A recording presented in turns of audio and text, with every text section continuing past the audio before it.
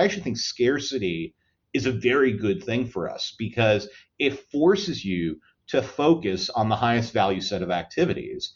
And it helps you, I think, ultimately maintain a strategic focus that works for the organization.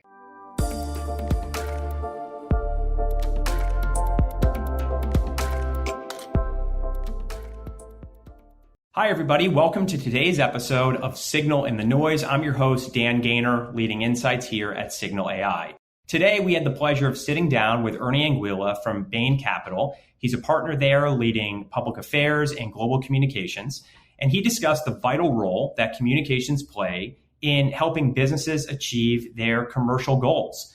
Ernie shares insights on the importance of staying focused and resisting the urge to chase the next shiny object in this ever-evolving world of communications. And in doing so, he emphasizes the need to scale appropriately, to build trust and foster collaborations across the partnership at Bain Capital, but also the global employee base. And in doing so, highlighting that more collaboration leads to better outcomes. He says that in communications, our goal is to manage the narrative, not just try to control it.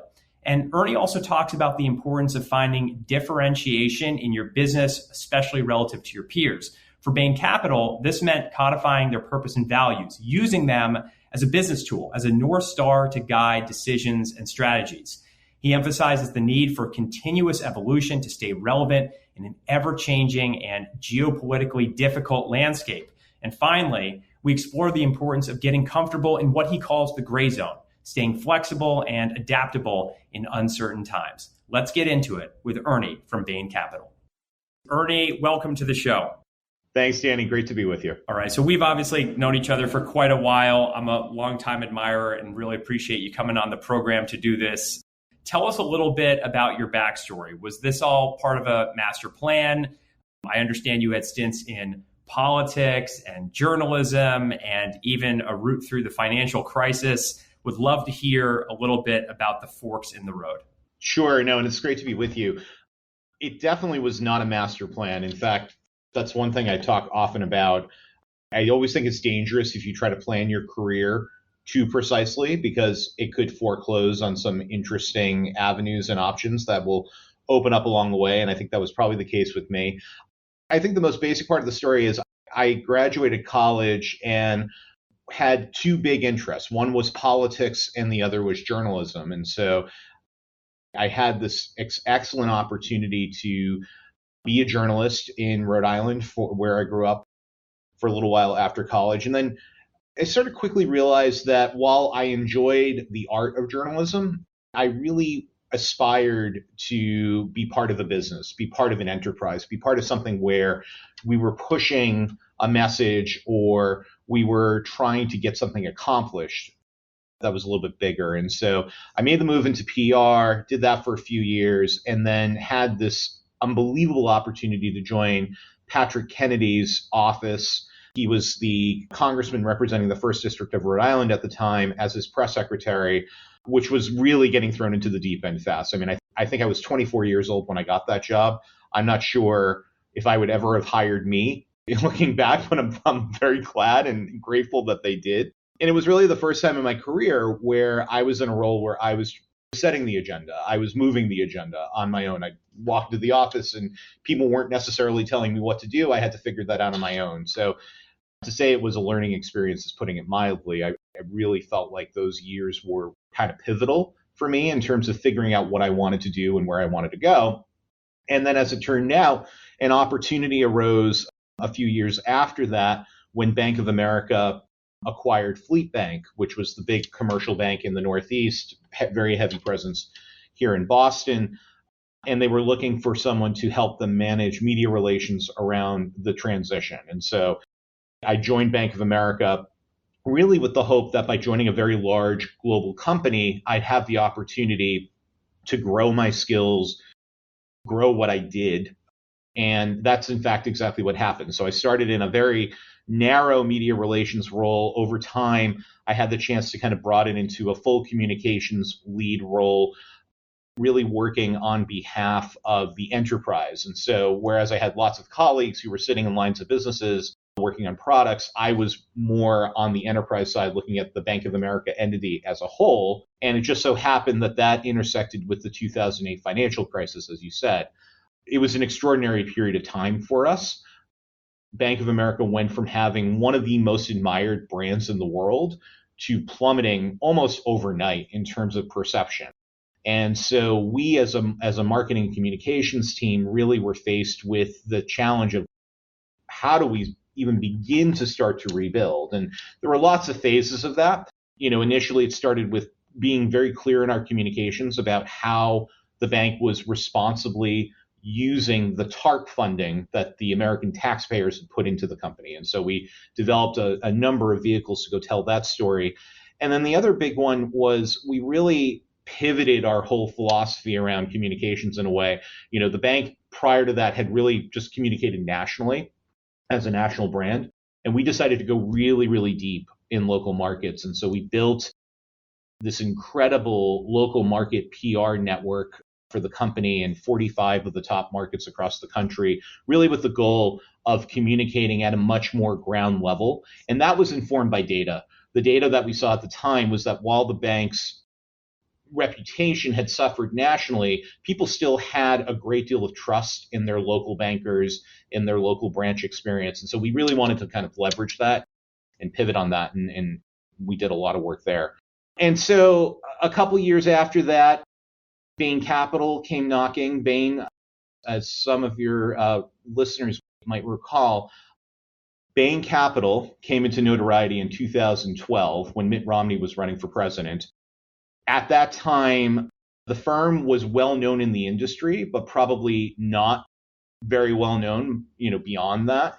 And in that cycle, there was approximately $50 million of political advertising spent directed against Bain Capital, which was one of the most significant amounts spent targeting a single company in the history of American politics. And so it really created a tsunami for this firm. And coming out of that experience, the partners kind of came together and said, look, we can't manage this the way we have historically. We've got to professionalize this. And so they launched their first search for a head of communications and public affairs. And I was fortunate enough to get that role. And here I am 11 years later. Battle tested. I think we definitely all remember and now sort of look back fondly on Mitt Romney's run. I say that as a Democrat. You don't have to reveal your political affiliations, but I would gladly welcome Mitt back over to the fold. Let's talk a little bit about your job today. You said you've been there for 11 years now, and you were the first in the door in your skill set. And over the past decade, you very much built the function, driven a transformation for how Bain Capital interacts with the world writ large. So let's start with your job today. Tell us what your job is today. And then after that, I want to dive into how you built the function into what it is today. But let's start with, what does it look like Monday through Friday and the occasional Saturday and Sunday? Maybe to take a step back from that question a little bit, to maybe set a little bit of context. I think that there have been trends that have impacted our industry, and then obviously a whole set of issues specific to us. In terms of the industry, when I first joined this firm, I could probably count on two hands the number of communications leaders that existed at peer firms across the industry. And they were largely with our large publicly traded peers. And I think it's important for all of us who practice in this space to remember, it was a time when there was still a real debate within, let's call it private equity, private capital, as to whether or not this function even needed to exist. I mean, I remember my first round of meetings with partners. I think they all inherently understood, because of the experience from the election, why I had joined the firm. But there were a lot of questions about, well, does this mean we're going to start advertising? Does this mean we're going to start, being on broadcast every week? And I had to really explain to them that, yes, output is one piece of this job, but a lot of it is really about developing a strategy that is based on the business goals that can then be executed over time. I think the entire arc of my time being here, that's what we've been really focused on, is how do we support the commercial goals of the organization most effectively? And so that requires a great deal of discipline, I would say. And it requires, I would call it a pretty skeptical view on the shiny new object, because shiny new objects get thrown at us just about every single week. And it can be very tempting as communications and marketing and public affairs leaders to run to those things, because they always promise some big breakthrough, getting ahead of the curve. But often I find they don't connect to what the business is really trying to accomplish. And so they don't really make sense at the end of the day. That's a general statement. I mean, there have been times when we've seen new products, new initiatives, new approaches come up that do make sense. But using social media as a great example, I mean, again, going back to my first round of meetings when I joined in 2013, I think I met with every single partner in the firm at the time, which was about 60, 70, 80 partners or so. I don't think the topic of social media came up once in 80 meetings. And whereas today, it's a huge part of how we think about connecting with our stakeholders and communicating with them and keeping even our own employees updated on what we're doing. I think the way the industry thinks about communications work has evolved tremendously. And that then gets reflected into kind of how we have thought about it. But to answer your more specific question, this was never about me coming in and building a huge team on day one. What I wanted to do was I wanted to take my time and really understand the rhythms of the organization, the needs of the organization, and then build a communications function that could best execute on that. And so, yes, we have grown.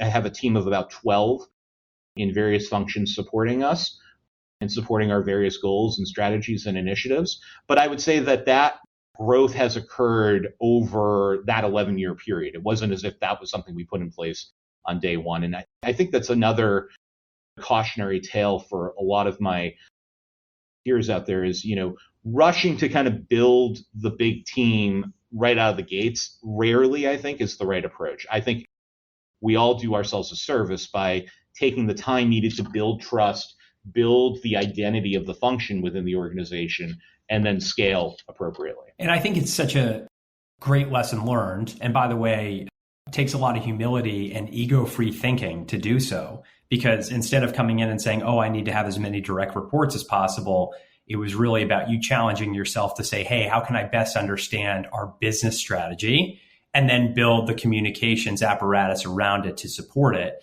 And then, to your point, not always being subject to the whims of the moment, whether it's like a new technology like AI or thinking about how to appropriately engage on social media. All of this stuff takes time. And what I think is undergirding all of what you're saying is building relationships and trust within the organization. You have a really interesting work environment because you're working across dozens and dozens of partners. It's not like it all ladders up at the end of the day to exactly like one king CEO type. There's a real discussion and collaborative atmosphere. Tell me a little bit about how you manage doing that. I mean, yes, you have a bit of a team behind you now, but to your point, you met at the beginning with like 60 or 70 partners. I think there's even more now. How do you go about building consensus and alignment around the corporate narrative these days with so many senior leaders at the organization? Yeah, and it's another place where we have evolved, I think, tremendously. I would say that existing within a partnership like this can either feel limiting or it can feel additive. And I think when it feels additive is when you get past the notion of, I'm going to walk into this room, I'm going to sell them on an idea, and I'm going to walk out and do it exactly how I want to do it, to, well, I think others might have input into this process that actually will make it a better product ultimately. And so that's one thing that I work with my team on a lot, because it can frankly be frustrating because you want to have forward motion, you want to make progress, but getting that level of alignment and trust, building that trust, as you said, with the partners is of critical importance. I mean, we've been working on a brand project for the last 9 months or so. And, we're still in the process of meeting with our partners to get their input on the right direction for that, as an example. And that will make the product better over time. sometimes I think my observation is I think folks in our industry sometimes feel like if they go into a meeting and their idea gets thrown up on and they have to kind of totally rejigger that's a failure. Well, I mean, you could look at it that way. I don't think it is, though. I think it just means, we are coming at it from a very specific point of view with our experiences and a set of knowledge. They are coming at it from a very different point of view.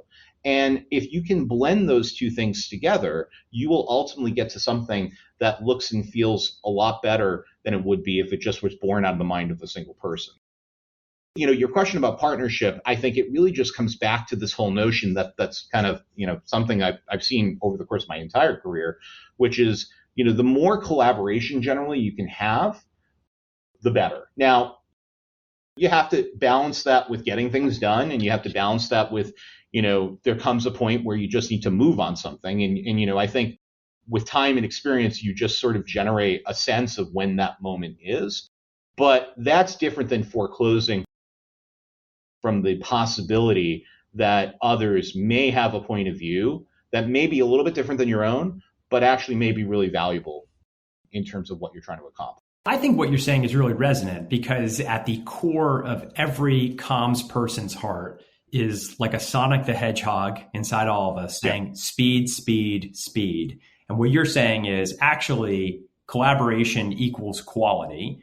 So I'm willing to maybe not move as fast and therefore as myopically in service of having a broader universe of perspectives that will ultimately strengthen the outcome. I think that's totally right. I think speed is one element of that. I also think the other kind of almost universal truism in our field is that we're all people pleasers, right? We all like it when the leaders to whom we are accountable look at our work favorably and say, yes, that is where I want to go. And so, again, I think it's separating that notion from the notion that of inviting competing ideas to the table and then using that to come up with something that works more universally. And I think a partnership environment engenders that naturally because, yes, there are leaders to whom I am accountable ultimately, but I work across our entire partnership most days. And I accept the fact that I'm going to get different points of view there. And then that will lead to that more consensus-driven product as opposed to a more monolithic environment where you're really, as you said earlier, trying to kind of please a single person. And so the entire effort becomes anticipating how that person will react to a proposal or an idea or an execution, and then fostering whatever it is you're working on against that. I think that's a very different process, and I think it leads to a different place, frankly, when you're thinking about output. Well, it's a big credit to the culture that you've helped build there over the past decade, and also translating the culture that was already in existence into what communications and public affairs might look like. I want to pivot from the internal environment, sounds like a really interesting one, to the external one. You mentioned now there's been this sea change in the world of private equity, where almost all of these firms, whereas a couple decades ago had zero public-facing organizations, now everybody has a communications head, if not a whole organization supporting them. I would be interested in this swirling, dynamic, very difficult and complex and geopolitically infused marketplace, how you think about crafting the Bain Capital narrative and communicating it in a clear, distinguishable way versus the entire peer set that you're up against. How do you think about controlling the narrative as you go month over month, quarter over quarter, year over year?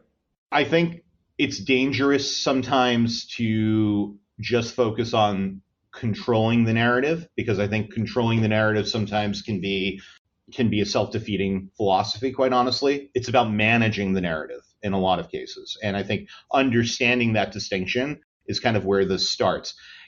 Communicating in this field has only gotten more complex because our industry is growing. We're touching more industries. As a result, we're touching more people. And for an industry that was branded initially as private equity, we are now in a place where we have become quite public in a lot of ways in terms of how we think about marketing our approach, communicating.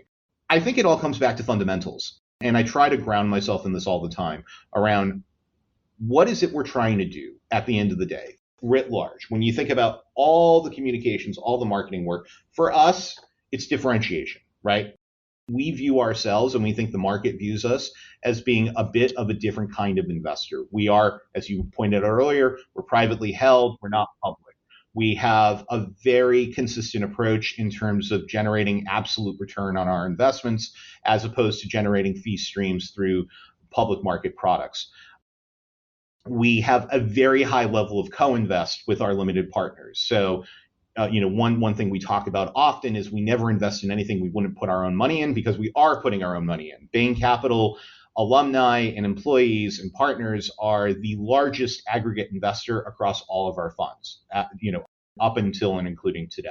And so we have these different tenets that have been built into our culture really since we were founded 40 years ago that have a direct connection to how we think about investing and what our approach is. And so for us as a communications team, it's really about how do you bring that out in every interaction, whether it's a press interview, whether it's a video we're producing, whether it's a podcast.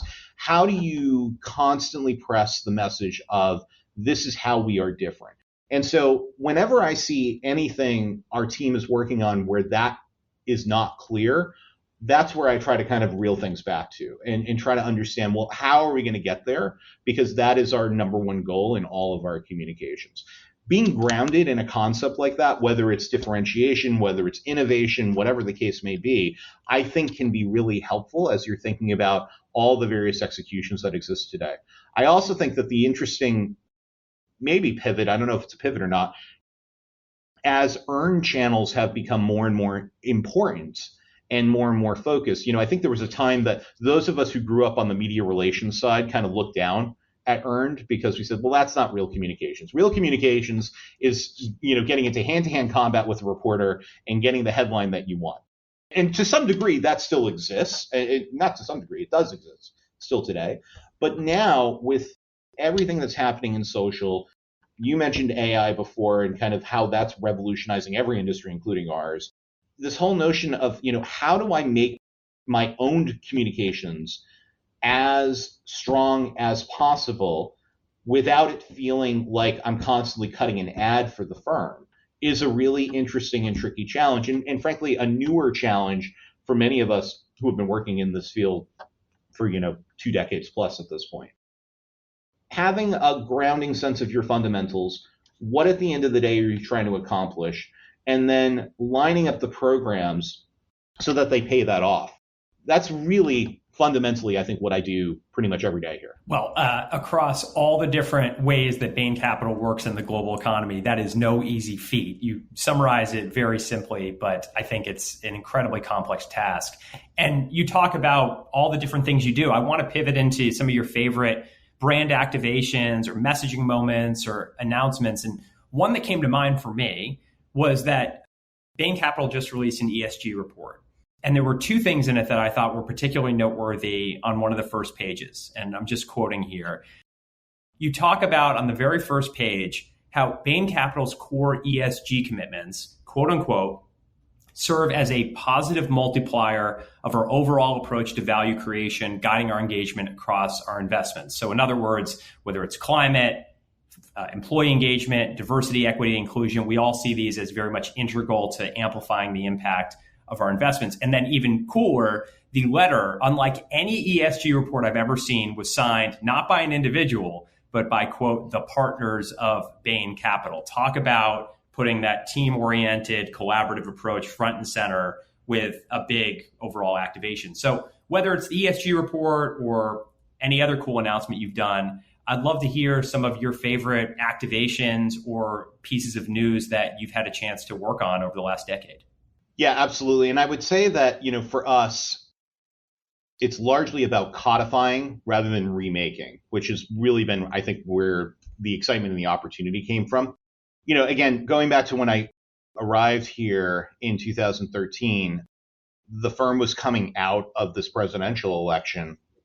And really there was this question about, well, has the brand been damaged, quote unquote? And, what I found was the answer was largely no. We had not lost any deals. We had not lost any limited partners as a result of that. But while it wasn't damaged, it was sub-optimized, I would say. We had our central identity, Bain Capital, which shared a name with our private equity group. We had this very large credit and special situations business, which we called Sanctity Advisors at the time. We had a public hedge fund called Brookside. Really, this platform had not been optimized for the multi-asset class needs that were about to become really paramount for us to be successful kind of going forward. Not only to service the businesses that existed at the time, but also to accommodate future businesses that we were going to add to our platform. And so we undertook a body of work really looking at that brand architecture at the time, also looking at our purpose and values. One thing I saw very early on is I could be talking to people from very different parts of the firm, and yet I would keep hearing these consistent themes about what it was like to work at Bain Capital. And it became very clear to me that there was an asset there that we were under leveraging. And so the way we addressed that was we codified our purpose and values for the first time.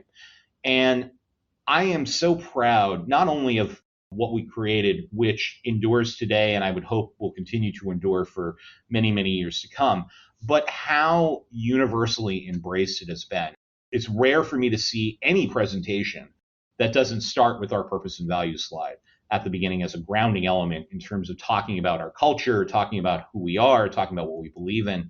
And so to answer your question about what am I proud about, I am incredibly proud of that. We're now engaged in another body of work, which is really the 2.0 version of that, where we're really trying to codify our competitive positioning in the market, giving an update to our look and feel, thinking about our brand architecture. I mean, we've pretty much tripled in size since that point. And so we now have 12 businesses around the world. And so thinking about how do we present that to our constituents in a more streamlined and efficient and effective manner is what we're trying to tackle here. So it's those strands of work that I think are sometimes unheralded because they happen largely behind the scenes, but they can be transformative to how the institution communicates and how it interacts with its stakeholders on a day-to-day basis. So that's just one example. I just totally agree. Everything you mentioned is unheralded because it's the blocking and tackling. And yet you mentioned 12 different businesses. Bain Capital operates in 25 different markets. We talked about having all the employees as not only stakeholders that you have to communicate to, but hopefully megaphones that can communicate the narrative in their own way in every meeting and every public engagement externally. I think it's just incredibly important because those are very much the force multipliers that allow the narrative to scale in a more controlled and distinguished fashion. Tell me a little bit about how that's transitioned to the organization you've built. You said you've got a team, over 10 people now. They work on everything from marketing to content to social media to public affairs, global scale. Tell me a little bit about how you've taken those sort of pillars of consistency and trust and built them into a 21st century communications architecture that helps the entire organization run smoothly. And I would say it continues to evolve, quite honestly. But I think one of the abiding views I've always had is sometimes you will encounter people who are just incredibly talented, who can do a number of things simultaneously. And so sometimes it becomes an exercise in bringing those people in to work with you to provide that identity to the team. And so that's a little bit of what we did. When we were working on that brand work a few years ago, our account lead was a woman named Sasha Stack, who was just understood us in a way that very few external advisors ever did. And so I had this hope that she would want to join us at the conclusion of the work, and she did.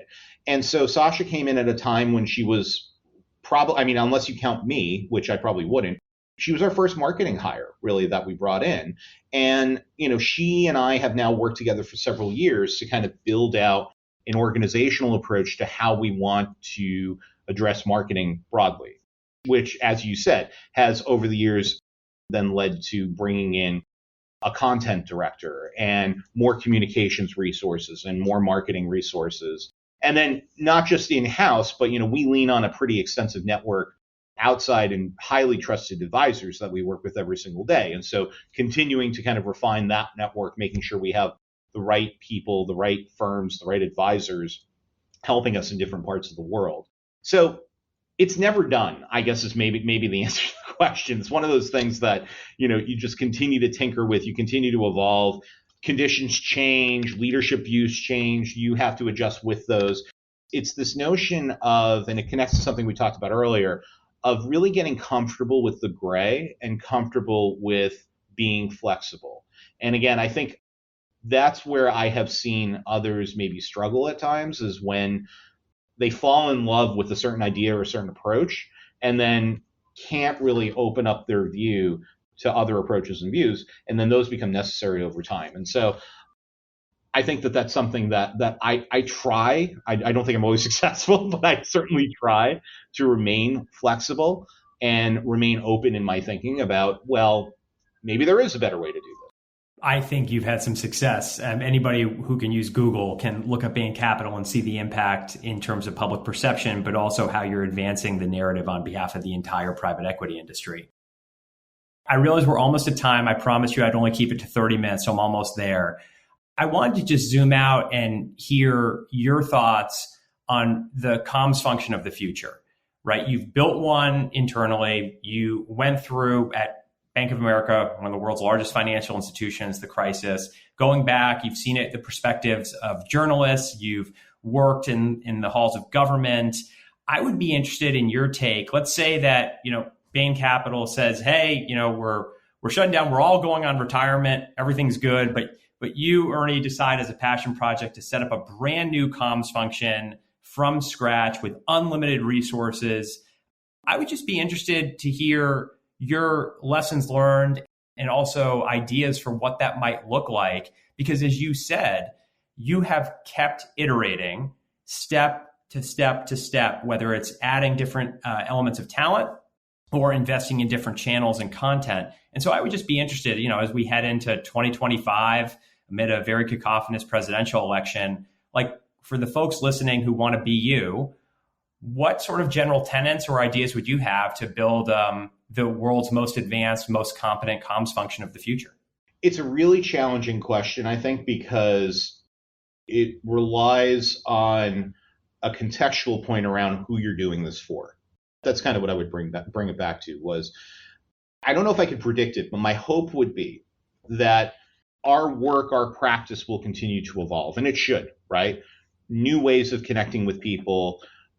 And I think we are particularly good when we see something effective that we all then kind of move to that place. And so I would hope that that continues, because I think that that leads to innovation, to new ideas, to creativity. But my hope also would be that the fundamental core of what we do remains, which is understanding the needs of the organization, the needs of the leaders, the commercial direction, the business goals, and then formulating a strategy and a plan to pay that off. I think we get into a lot of trouble, honestly, when we just start getting creative for the sake of being creative. And that becomes untethered. And so my hope would be that as new approaches inevitably arise, which they will, that we can continue to contextualize those within the confines and the needs of what the organization needs to do. The other thing that you said that was so interesting is if you had unlimited resources, I actually don't think that's a good thing. I think that that feeds what I was just talking about, which is kind of the desire to just go off and do whatever because you can, because you have unlimited resources. I actually think scarcity is a very good thing for us because it forces you to focus on the highest value set of activities. And it helps you, I think, ultimately maintain a strategic focus that works for the organization. So I never get told you have unlimited resources because I think that one would really throw me for a loop. You are literally the pinnacle of humility here. By the way, I think you've said two things that I just thought were totally unique because we've asked a version of this question before. The first is that for all the amazing whiz-bang technological or channels that we can bring to the fore. It's really about understanding the organization first. You mentioned the word context, what I would call authenticity. Like, what's the authentic expression of this organization? It takes understanding of where you're at. And then second, that idea that communicators work best with a little bit of scarcity, where they have to be scrappy, where they have to relate on that human to human level and can't just hide behind a keyboard or automated messaging. And certainly as a data guy, I definitely see a balance, right, between, using some of the new tools for automation, but also making sure you're continuing to do the function that is ultimately a people-to-people business, right? Which is communication. Totally. Well, and you just said something so important, Danny. I'm glad you did, about authenticity. I feel fortunate that I work in an organization that can only be authentic because of the nature of the people that work here. And I don't ever run into issues where I have people trying to convince me that we should say or do something that isn't authentic. So I feel very, very fortunate. But that, to me, I think is another cornerstone that I hope we don't lose sight of. The best thing any of us can do for our organizations or the institutions we represent is to help them connect with their authentic view of themselves. The minute I think you start pretending is the minute you lose the narrative and the minute you kind of lose the plot. And so thank you for bringing that up, because I think that that's critically important to how we do our work. And the best communications are the ones that are just true. They're the most defensible, They're the most relatable, they're the most personal. And I think it's a huge credit to you that with Bain Capital, you could truly talk about any industry on the planet, from warehouses to manufacturing to the pinnacle advancements in biotech. And what you keep bringing it back to is the core principles of it's got to be authentic to us. It's got to be in context of the business strategy, and it's got to be grounded in trust and alignment internally. These are all, I think, really valuable lessons learned that regardless of what company size you're at and what business you're in, communicators who are listening to this can take away from. So thank you. I think some really good words of wisdom. You're also just a good guy. I can say that with my own bias. Thank you so much, Ernie, for joining us today on Signal in the Noise. Thank you. Appreciate it.